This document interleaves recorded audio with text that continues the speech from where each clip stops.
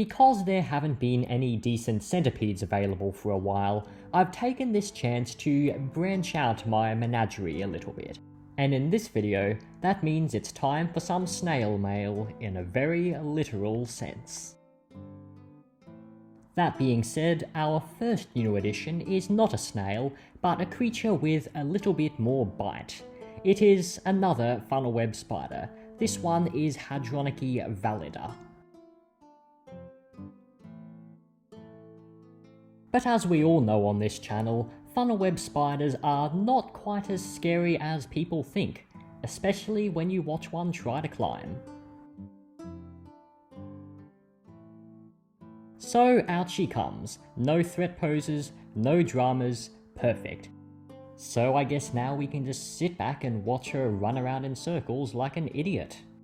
Am I ever gonna get sick of taking low blows at my funnel webs? Probably not.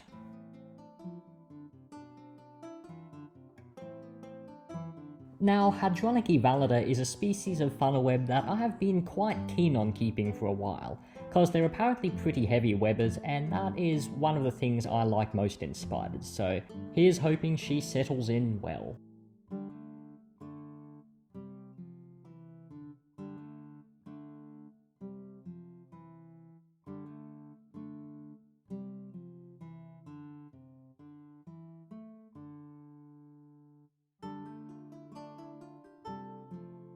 So now with the funnel web out of the way, it is time to get into the main exhibit of this video, and that is an awesome assemblage of some of Australia's most unique native snail species. This is Thersites richmondiana, commonly known as the Richmond River keeled snail due to the distinctive shape of its shell. The broken shells of these snails are a frequent sight in many of the rainforests around southeast Queensland, but the live animals are altogether more enigmatic. Usually they'll be hidden under or inside rotting logs. Next up is an ammonite. Just kidding, this is a Pedinogyra rotabilis, or southern flat-coiled snail. Their flattened shells are an excellent adaptation for squeezing themselves into narrow crevices, such as cracks between rocks. There, they are much less vulnerable to potential predators. Here, of course, is another fine specimen of Thersites richmondiana. And here are the final two Pedinogyra rotabilis. I am exceptionally fond of these snails, I just absolutely love the ammonite-like shape of their shells. But I've heard they aren't exactly the easiest to breed in captivity, so hoping for a bit of luck on my side.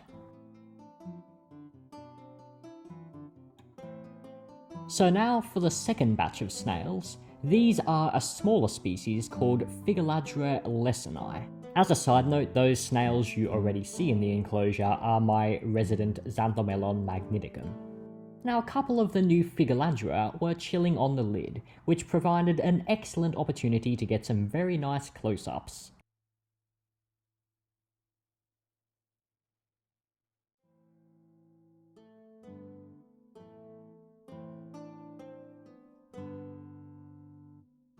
It's also worth noting that as I'm recording this, the Xanthomelon and the Figuladra are breeding quite prolifically, so fingers crossed for some babies very soon, and I already have a couple of egg clutches incubating.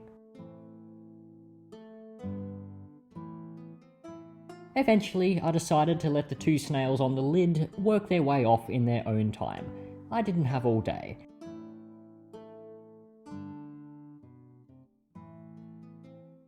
And thankfully getting the rest of them in was a much easier job.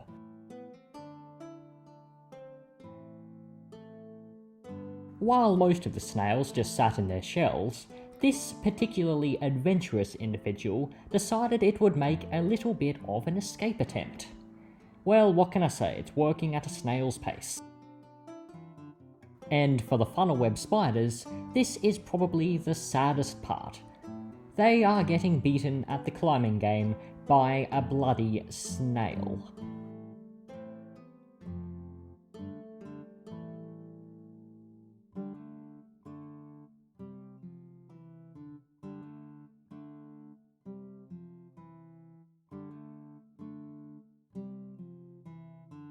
So there we have it. I hope you enjoyed this slimy little sidetrack into the world of snails. I promise you I will have some more centipede content coming up soon.